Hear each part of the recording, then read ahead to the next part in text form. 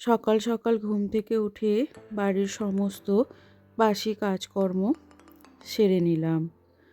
ছেলের এখন তো স্কুল ছুটি, ও বাড়িতেই আছে। আর ছেলে বাড়িতে থাকা মানে কাজের ব্যাঘাত ঘটানো।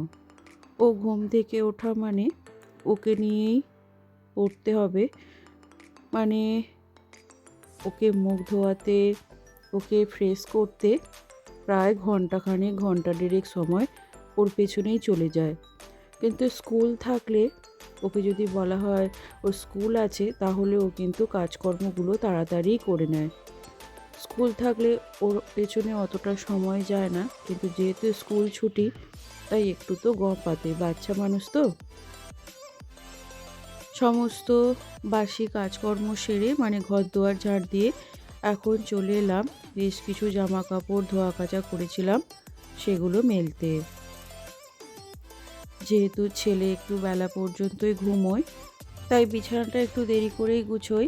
ও ঘুম থেকে ওঠার পরে ওকে হাত মুখ ধুইয়ে তারপর আসি বিছানা গোছাতে। আর এই শীতকালে বিছানা গোছাতেও কিন্তু বেশ সময় লাগে।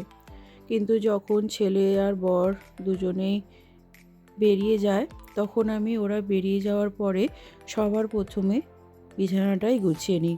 কারণ বিছানা যদি এলোমেলো থাকে, আমার যেন মনে হয় ঘরটা যতই যেমনই থাকুক না কেন আমার ভালো লাগে না। দেখো, বিছানাটাকে আমি সুন্দর করে গুছিয়ে নিলাম। এখন কাঁথা কাপড় চোপড়গুলো সুন্দর করে গুছিয়ে নেব।